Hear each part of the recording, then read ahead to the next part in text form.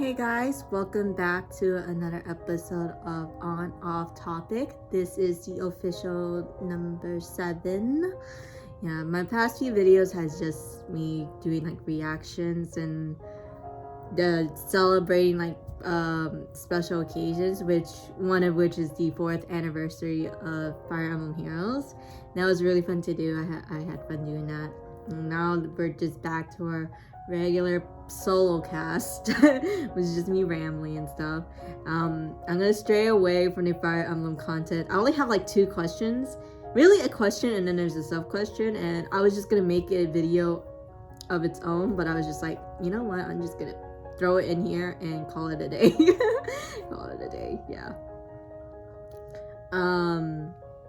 Yeah, it's been a while since my last video. I don't remember what my last video was. I think it was like a reaction video. No, I think it was either a summoning video or a reaction video.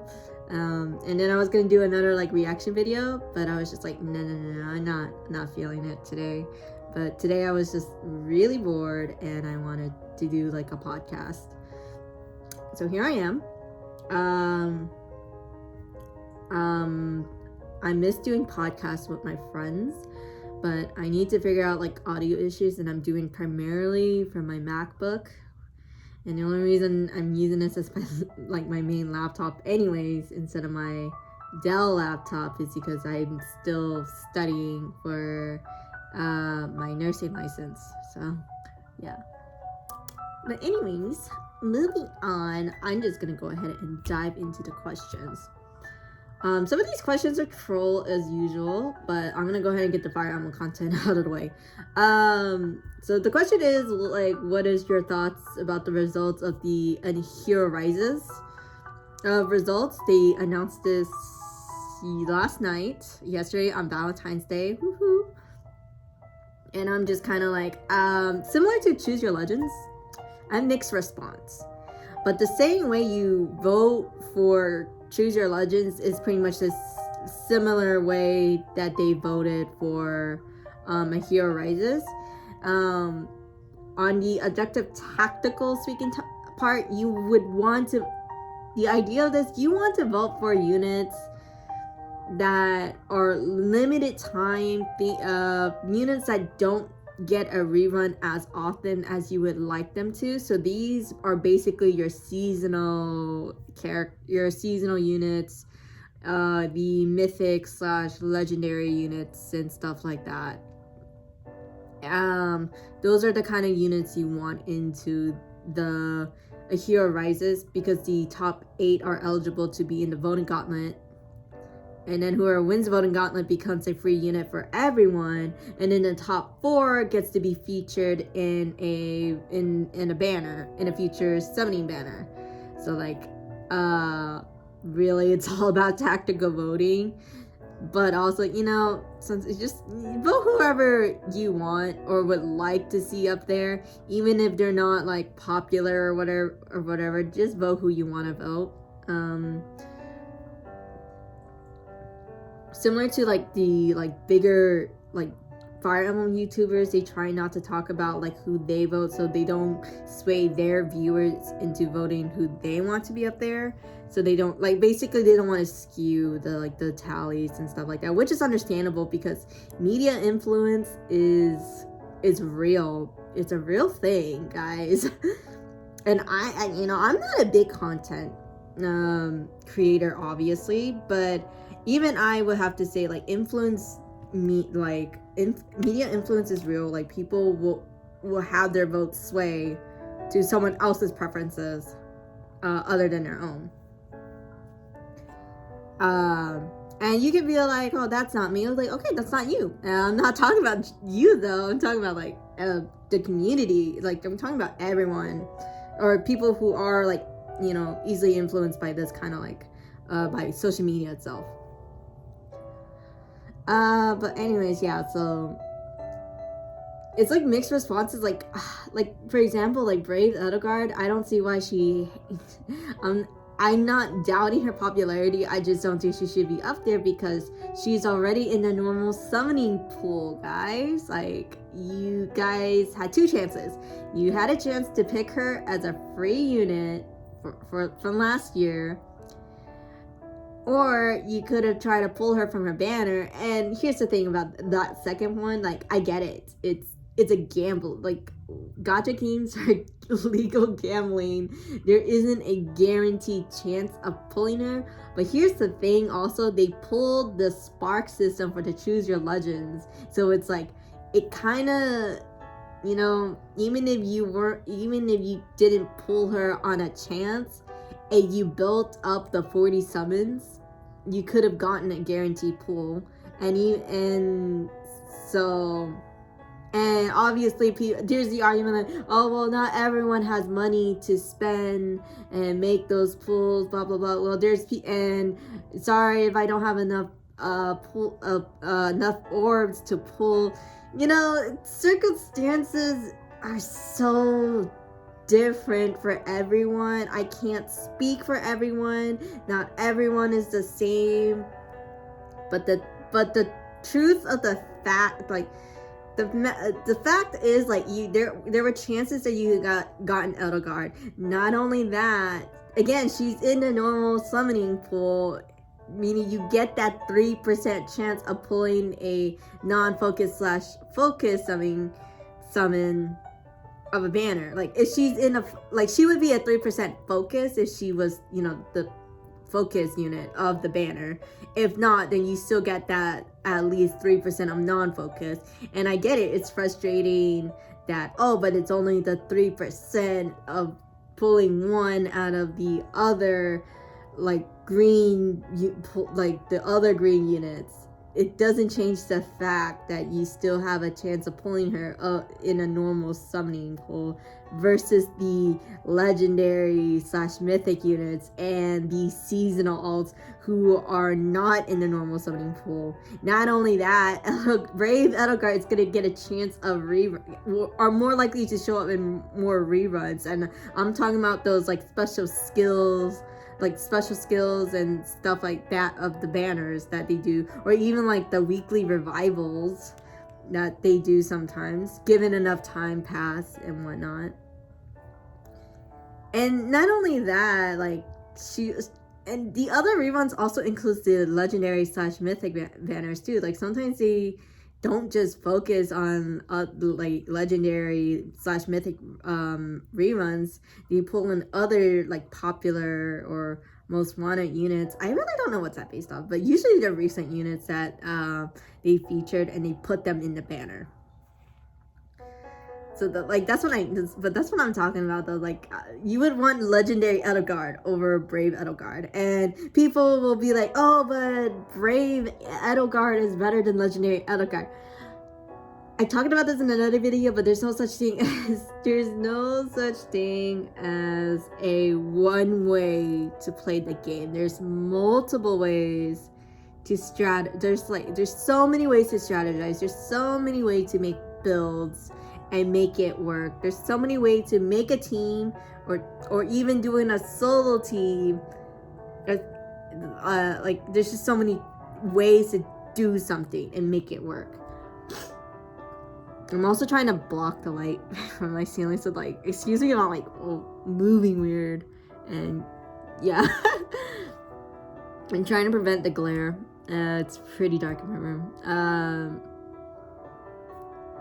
But yeah, but moving on about, like, Edelgard, like, Brave Edelgard and Legendary Edelgard, they play completely different. Like, I would say Brave Edelgard is more, like, ally oriented versus, like, Legendary Edelgard, who is meant to be a solo unit.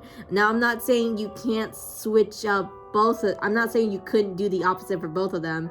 I'm saying, like, you have to understand the play style that they were featured as. So, like, when Legendary Edelgard came out, she was meant to be as literally a solo kind of unit, and while Brave Edelgard was featured kind of as, like, an ally-oriented unit as well.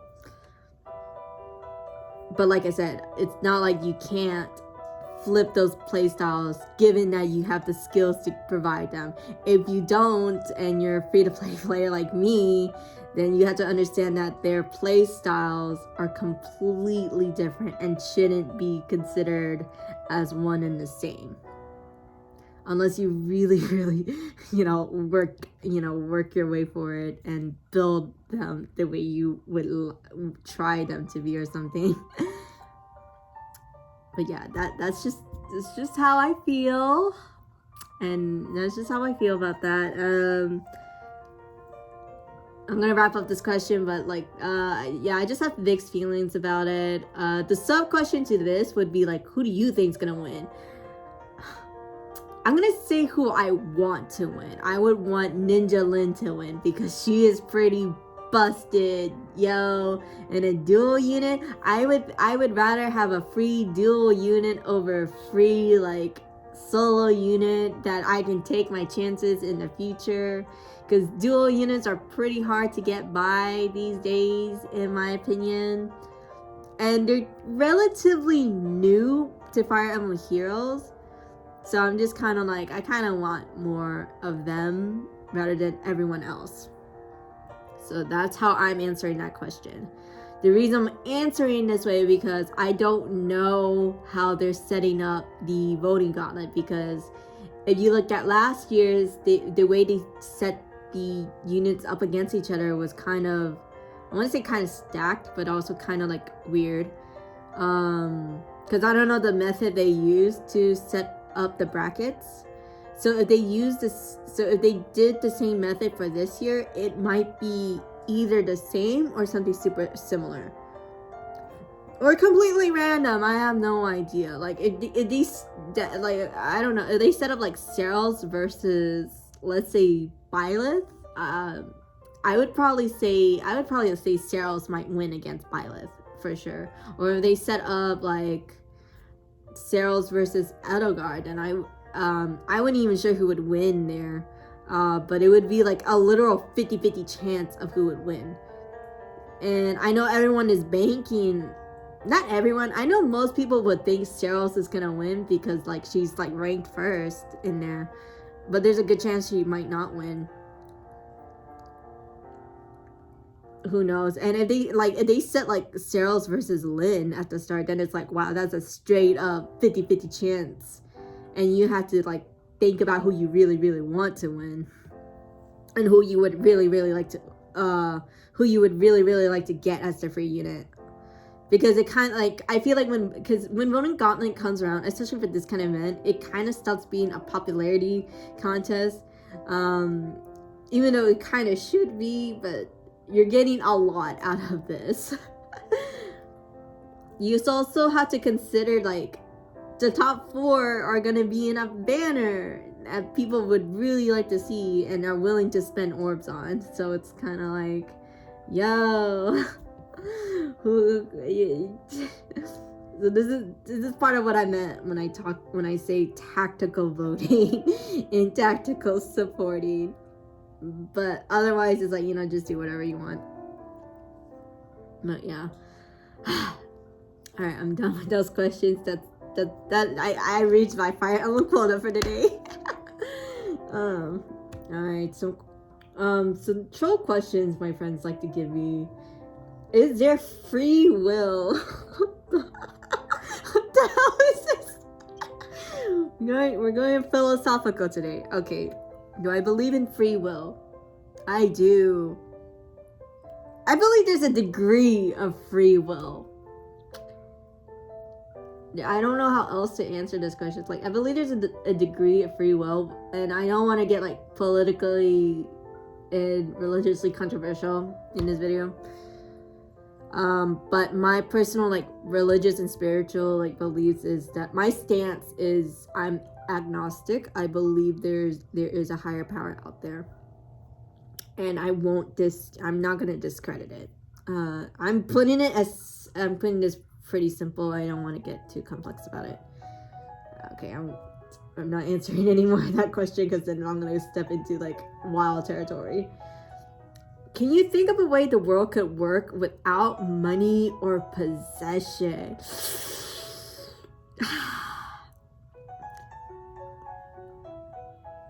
I want to say technically barter. Okay, this is okay. We're assuming. Okay, I'm gonna put out the assumption that everyone is willing to work together and compromise and communicate in a healthy fashion, all right? But the way I can think the world could work is literally through bartering. So we're going like old age, like we're going like old fashioned basically, because before money even like was a thing. But I genuinely believe like bartering could like be a way the world could work actually, and just provide and compromise, I guess, in a manner of speaking. I probably say like a mix of compromise, bartering, and collaboration. I feel like that would be like with those three together, that's a way the world could work without money or possession. And you know, like, and through these, you could also like build, like, this is a way to build a sense of community with everyone around you and within communities. So this is a very I say this in a very wishy-washy, naive way, and it's very idealistic. Is it realistic? No, it's not realistic. And don't get me wrong, I do get that. But in a perfect, idealized world, yes, I believe this is a way the world could work. I genuinely do believe that. Would it actually happen? Realistically, no. I don't believe it would ever happen, and that is actually showing how low my expectations really are, despite how optimistic I want to be. Yeah. When do you think children become responsible for their own choices / consequences? When do I think children become...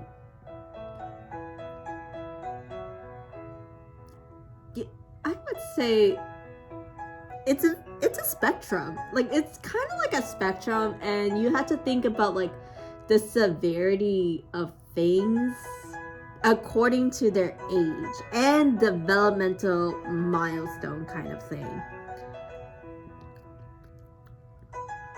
And the thing with answering these kinds of questions is that when you answer these kinds of questions, you don't think about outliers, and that's okay. For me, I do think about the outliers and like the like not common things, like, you know, because when I want to say, I personally, I'd be like, well, basically around when they're just a toddler, like when you're about a toddler to a kid, so maybe around the age of 4. Like around the age of 4 or 5, it's when you start helping them learn how to be responsible.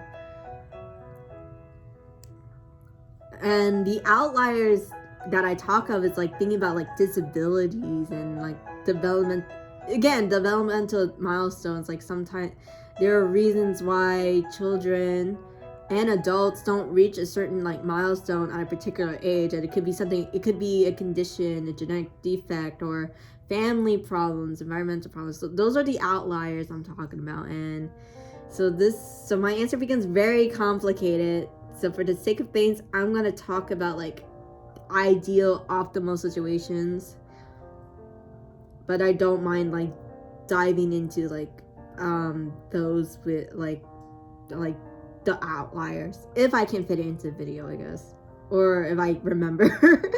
I like to dive into a topic and go 10 different directions, and I have no one to like steer me straight but myself. I try a lot. I'm trying, guys. But I think they become responsible when they're very young, when you start when they're young.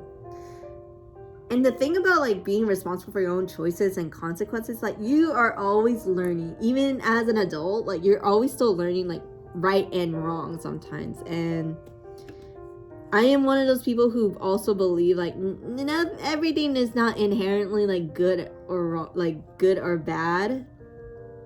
It's just the way as a society of how we define what's good and bad. I can feel philosophical here.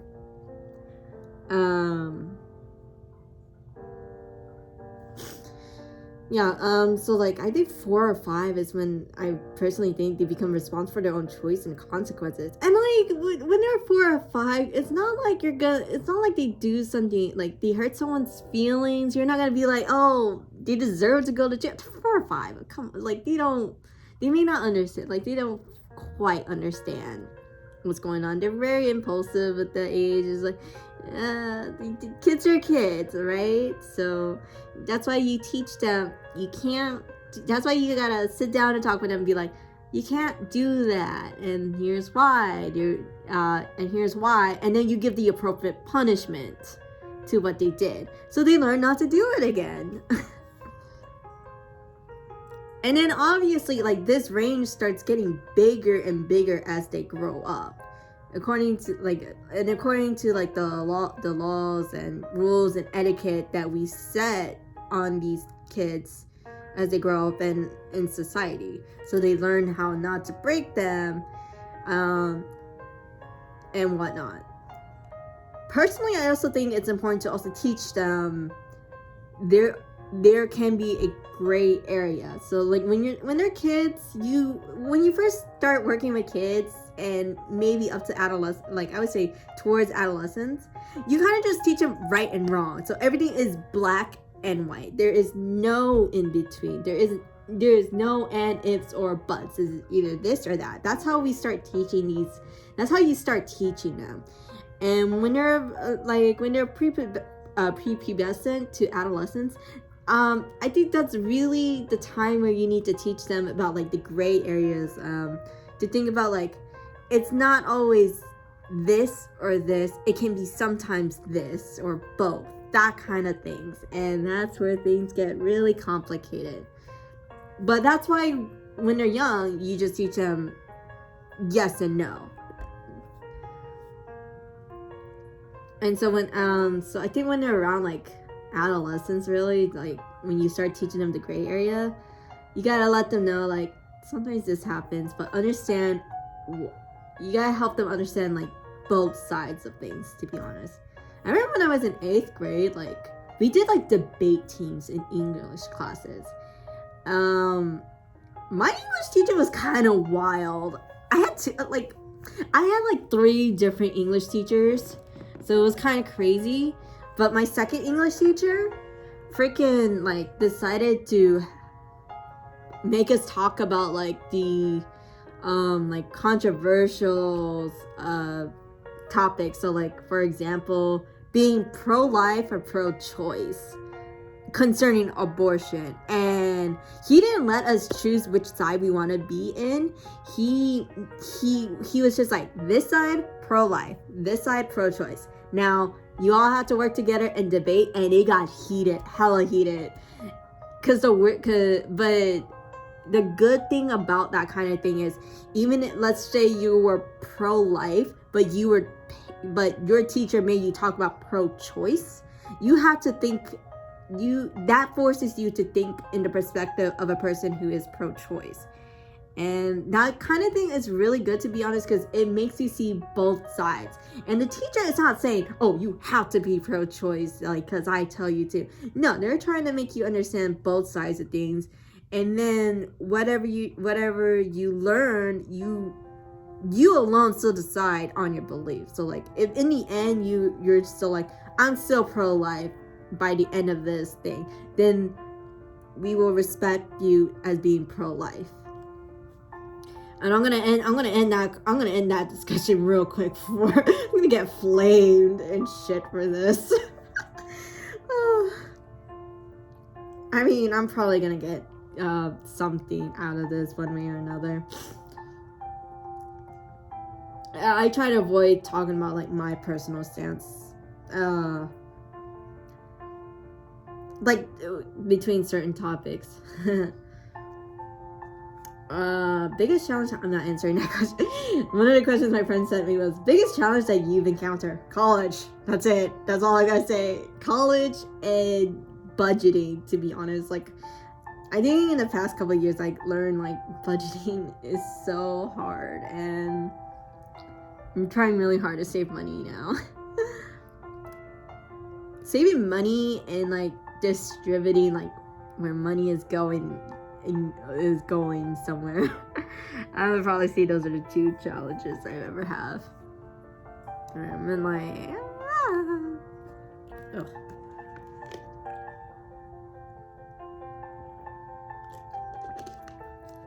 Okay, so I got a question about COVID. Like, what do you, I don't know who sent me this question, but whatever. What do you think about the COVID situation?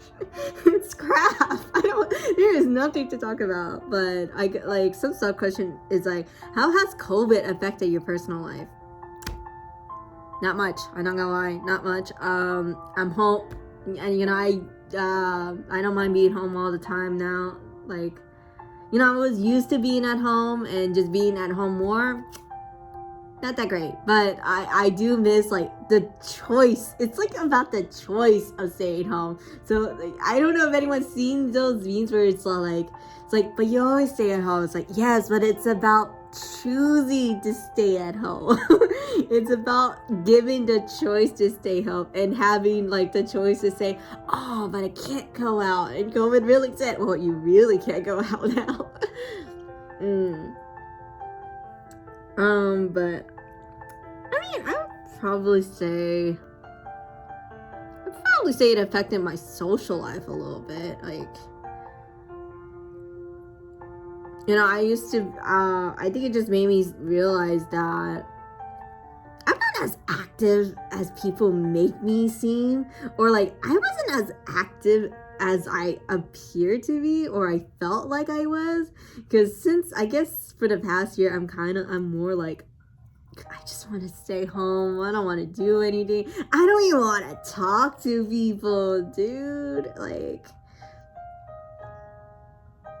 so like I'm just chilling. If people talk to me, they just talk to me. If they don't, I kind of just shrug. I just shrug it off, because I just feel like when people don't talk to me, it's like, well, it's not like they stop being friends with me, that kind of thing. And if they did, and it's like, that's news to me. Oh. No, but I think COVID kind of showed like who are the real people. I think I feel like it has like showed like the ugly sides of people. And like, I'm not gonna say like, oh, show their true personality BS, but I think it's more like, it kind of really shows like what happens when they're like pushed to an end, or like something, man. Like, but I know a lot of people have like ruined relationships and friendships because of COVID, and most of which are understandable, but also it's like, damn, that kind of sucks kind of thing. And I won't dive any deeper than that.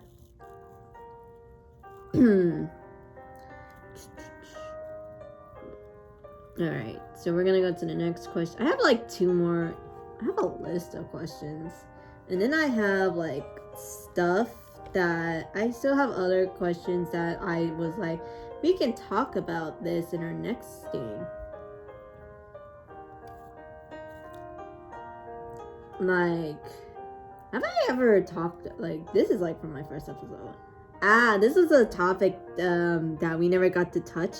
Boomers and technology. You were supposed to talk about that in the second episode.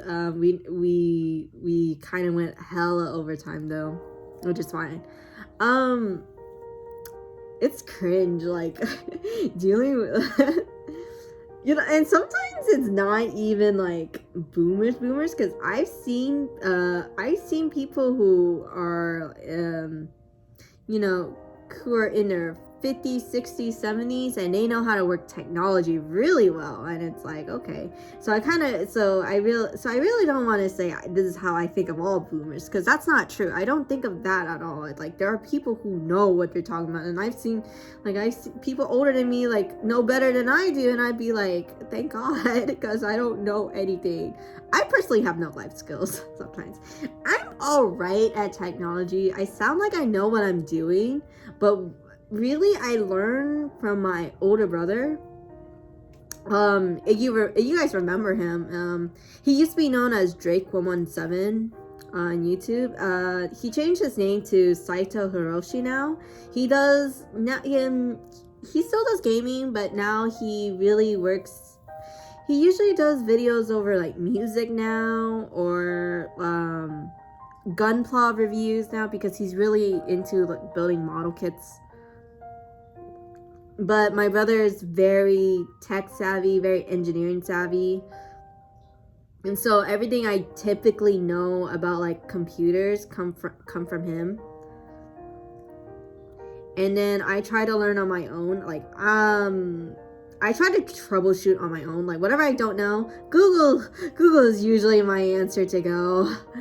And people make fun of that sometimes, like Google, like, oh, you Google this, and like that is a real skill to have. Like, learning how to figuring out what problem you have and Google, like, and figuring out whatever sources you can find from Google. And some sites may be credible, some sites aren't, and stuff like that. But it's about learning where to look and figuring out what problem you're looking for, what kind of solution you're looking for. That's a real skill to have. And people might make fun of that, but if you're the one to be in like customer support, like these people are the people who have to learn how to troubleshoot their own problem. And these people who are giving you this service to you as the customer, like, they're probably the same people who do the same thing, like Googling how to fix your problem. And that's really how they learn too, like Googling your problem. So like, and I know people make fun of that, especially when it comes to like, so I have a fever, this is the symptoms I'm having, and then Google's like, you have cancer. But personally, like, there's nothing wrong with that, to be honest. It's all about I just think it's about like the amount you research and the depth of research. Like, obviously you start freaking out and you actually believe you have cancer, calm down. Get a professional diagnosis to confirm that. But I think it's about the effort they put into like learning what problems they could have. And if they get like a professional help, like if this is what pushes them to get like a professional's help, there's something wrong with that. Like, I don't think there's anything wrong with that, because I feel like that at least gives them a reason, or feel motivated enough to get a health check if you haven't done one in like, I don't know, 2 years, 3 years, 5 years. That's how I feel. So I'll make jokes all the time about it, but I just want to just say like that, dude, personally there's something wrong with that. And I get it, and I make jokes about like, I'm such a boomer, and like I can be such a boomer about technology sometimes. I'd be like, I'll legitimately be like, I don't know how to do this, can someone please help me? And I'm 22 years old. All right, let me just put this out here. I am 22, and I will admit, like, there's certain things I don't know how to like do when it comes to technology.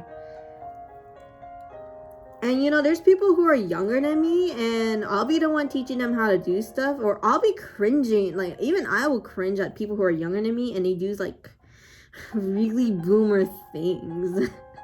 I know, I keep saying that, like, it would probably be like, honestly, let's just go to Google. Like, if they have a problem, I just be like, well, Google it. And like, same thing. They just tell me, they'll just believe whatever they want to, or like they have no idea what they're doing. I'm just like, oh my god, well, this is what you do. It's just so funny. Or like what my sister always does, she never double clicks to open things. What my sister does, and she's 42 by the way, she'll click an icon, right click it to get the drop down menu, and open it that way. She does a whole ass process, guys, and I'm just like, just double click it. I need you to just double click it, please. You just have to double click it. What are you doing? It's so funny. But again, like I said, my sister's 42. I will see the same person. I will see a 16-year-old do the same thing, and I'll be like, "Why are you like this?" I'll be like, "Why are you like this?" I'm making fun of these people, but it's not their fault. Especially you don't work with computers. Like I've had a lot. Like I've been on a computer since literally a good chunk of my life. So I work with a fair amount. But there's people who are like in Generation Z. No, I'm Gen Z. Well, I'm considered Gen Z. Before that definition, like I was considered a millennial, and then they decided to formally change like the years. They adjusted the years, so the times that I would say I'm a millennial, I'm not considered a millennial anymore. They now would consider me as a Gen Z. So I guess so like a freaking Zoomer. But anyways. It's all about exposure as well. Like, when we talk about the reason why we make fun of boomers with technology is their exposure to the internet and the exposure to technology. If they don't have enough exposure, then it's understandably, then yeah, that's why they don't know how to do anything. Same thing. So my parents are boomers. So they always come to me or my brothers for help for their phones. And because they never had to they never handled this kind of technology, and I don't mind helping them. I'll get frustrated, obviously, but like I try not to show it with them. I try not to show it and try to be patient because I always have to remember, like, they're not used to this. They never had to deal with this. They never had this. And then and most of the time whenever I'm helping them, I have fun with them too. So it helps them to learn when I'm having fun with them. Yeah. So yeah. But do I find it frustrating? Yes. I'm not gonna lie, I do find it frustrating. And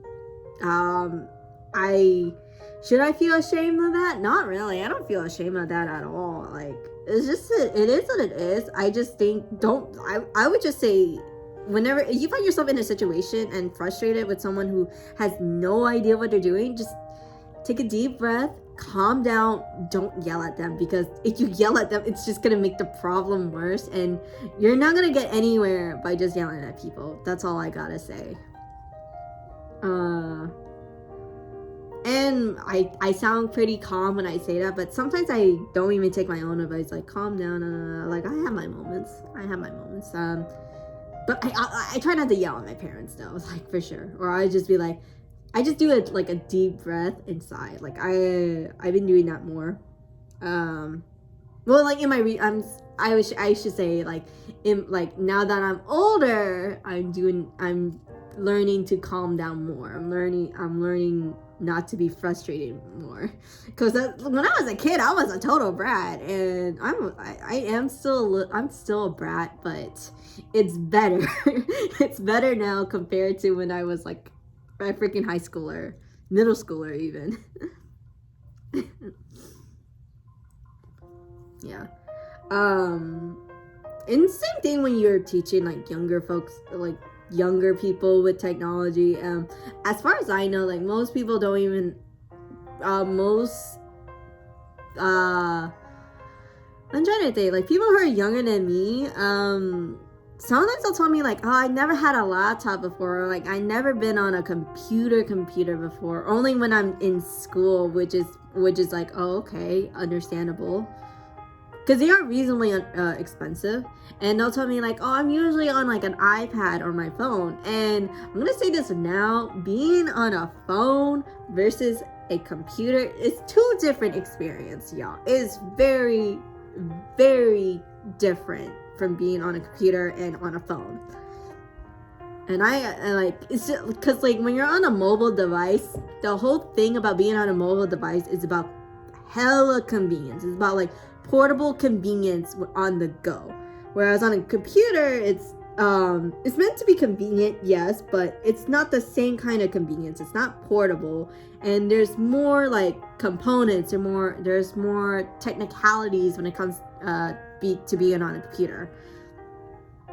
And the way I've learned, like, my keyboard shortcuts, or how things work, bindings, formatting, I learned through like trial and error, or I'm a freaking nerd and look it up and troubleshoot it myself and use Google. Or something, or going to my brother, I'd be like, bro, help, please help me. But yeah. That's it about boomers and technology. I don't remember we covered this topic. Food that we wish was more represented in our areas. This was in a past episode, and I'm gonna need that person to explain that. So maybe if I ever do like a podcast with my friends again, whatever that is, I would like to maybe we can talk about that. I think it's like foods that we don't see often, like in our area. Like, I think we did talk about that. Like, I want to try more Indian food, but like the closest like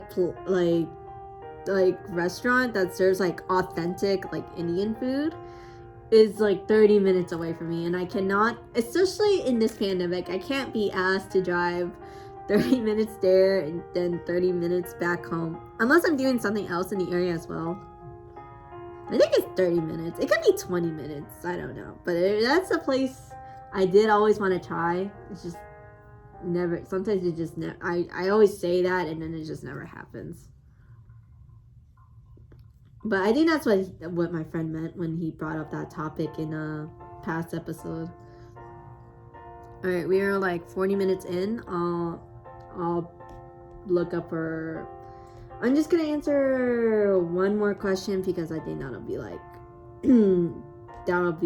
a freaking 20 minute conversation on its own in of itself. Ugh.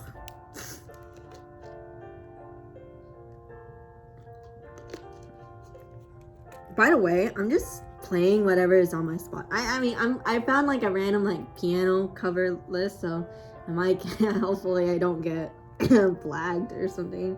Please don't strike me, YouTube. I'm just a low life content creator who's not even doing this for money.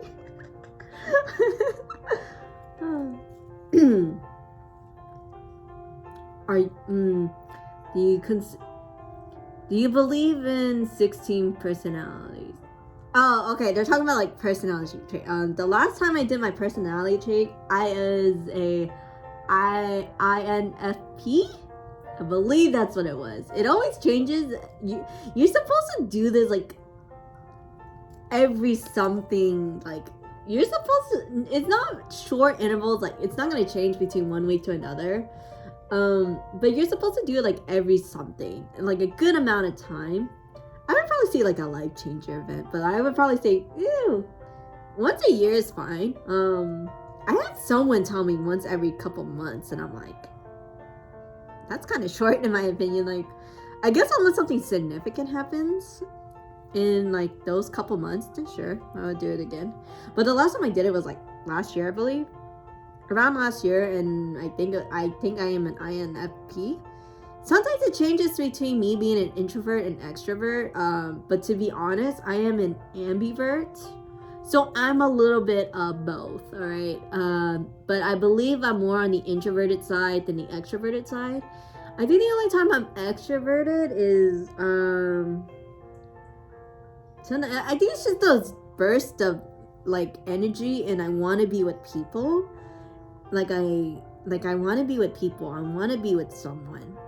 And I guess when pandemic happened, I miss being with friends. I do miss being with my friends. I miss just being around people in general. It doesn't matter who it is. Like sometimes I'll start random combos with strangers if they're close by. Unless I'm like super intimidated. Then nope. Am I shy? No, I'm not. It's I kind of hate that question too. Like, I feel like that's a hard question to answer when, like, do you consider yourself shy? Some people will be like, yeah, but then I'll open up to you, and then you figure out I'm the weirdest freak you ever met.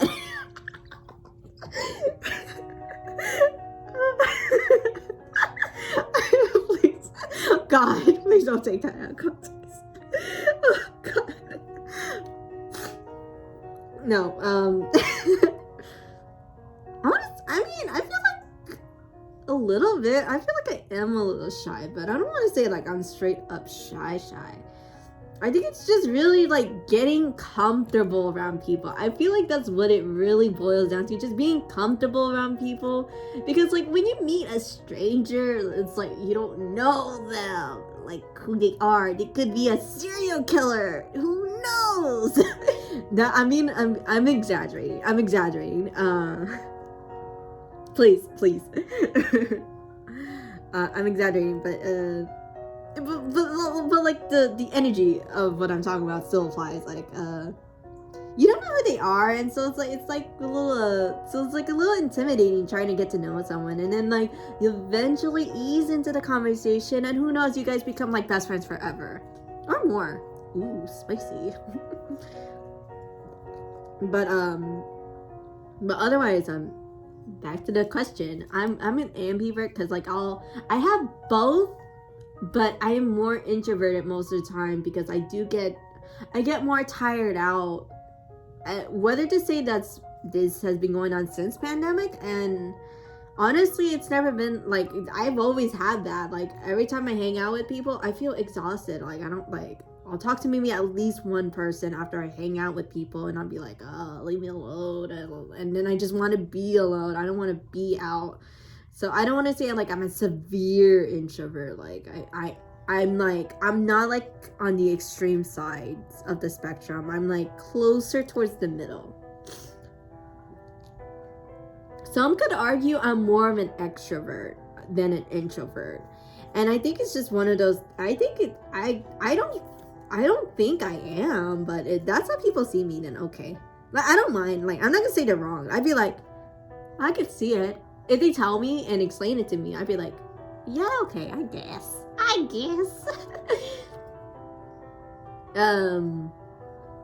But no, like, I say I'm more of an introvert because, like, I personally, when I try to compare my experiences, like, I feel more tired out and socially exhausted more often than me feeling more energized being with people.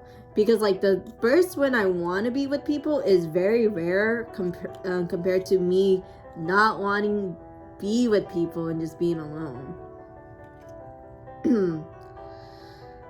I wonder if like voice chatting is considered being part of an introvert or extrovert.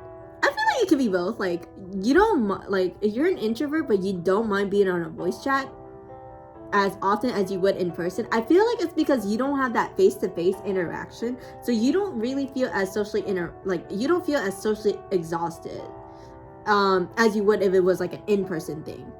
And I probably would say because you're not doing other activities either.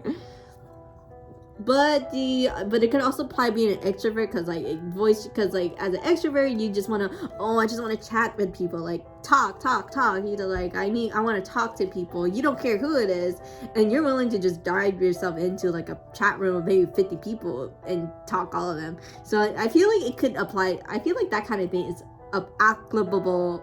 Yeah, I cannot talk. Applicable to both. But I guess it's just like the circumstances. I feel like it's all about like circumstances. As much everything in life is. It's always circumstantial.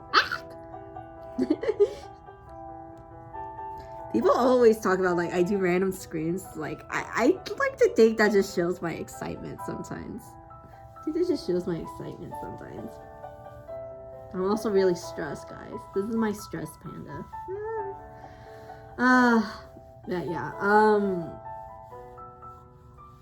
But yeah, like generally I'm an ambivert, so like I switch between them, but you're like, oh, ambivert doesn't exist. pick one, then I'd probably be like, okay, I'm an introvert, I guess, at best.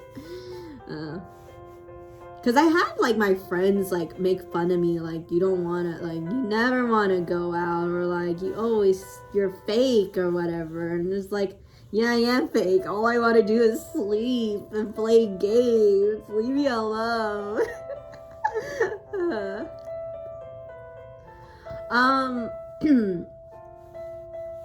But when it comes to like dealing with either, I feel like I can't tell which one gets more hate, extroverts or introverts. But I guess it's introverts because like you always have people, you know, pushing you to do more stuff, or like you can't just be inside all the time, blah blah blah. It's like, guys, you can't force some. Okay, I learned this over the pandemic with someone. So this is some tea, guys. I'm gonna keep this short, but like, you can't. What I learned is you can't force someone to be social if they genuinely don't want to be, and you know, it's better to just respect their decision, because they're more likely to want to hang out with you if you just leave them alone. Like I can't even emphasize that. I can't even stress that enough. Just let them be. Don't send a message like every day to them,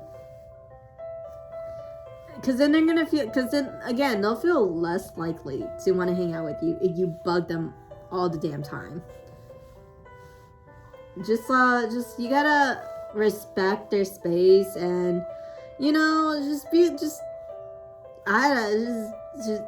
don't take it personal. I guess if you make it personal, then that becomes a problem. And things should never be taken personally, in my opinion. And I also believe like nothing's ever personal unless you make it personal. So if you're making it really personal, you guys need to talk things out. And that's what everything also boils down to, right? Communication, healthy talking. Yeah. But yeah, that's all I gotta say to that. Well, we're hitting the 52-minute mark, and I think that's about that. Wow, I actually hit everything on here. Well, if you made it all the way to the end, thanks for listening to me ramble, talk like 100 miles at 100 miles an hour. I don't know, I talk really fast for some reason. I guess like, I don't know, I have a lot of things to say, and I just want to get it all out there. And I repeat myself 10 times as usual, but what's new? And I've been like, yeah. Anyways, so thanks for watching. Good for you, you made it all the way out here. Hope you enjoyed the music, and hope I don't ask me to take down this video. All right, bye. And I'm sorry for the light in the back. I'm gonna try to do my videos in the daytime instead of the nighttime. Maybe I might consider changing that light bulb to the other side. I only have one light bulb in my room because 2 is just way too bright in this room. It used to be all 4, obviously, because this house comes with all 4 light bulbs, but as I grew older, I don't like how bright my room is. I'm like a vampire in my own room, guys. All right, I need to stress this. I'm like a vampire in my own room, and I was just like, it's like the lights, it burns. But I have a lamp to try to offset like the darkness in the room, so I kind of have it like as a not a backdrop, but like as like backlighting to help with like, I don't know, the darker areas that my camera picks up. But yeah, like I think that's why I'm like so annoyed with life, because I keep doing this at night. So I'll probably try to do more podcasts in the daytime and in night time, so you don't have to like so you don't have to worry about that light. Anyways, and I don't have to like try to sit straight or lean forward to the camera. This is not even a good setup. All right, I'm rambling again. Sorry. Bye bye.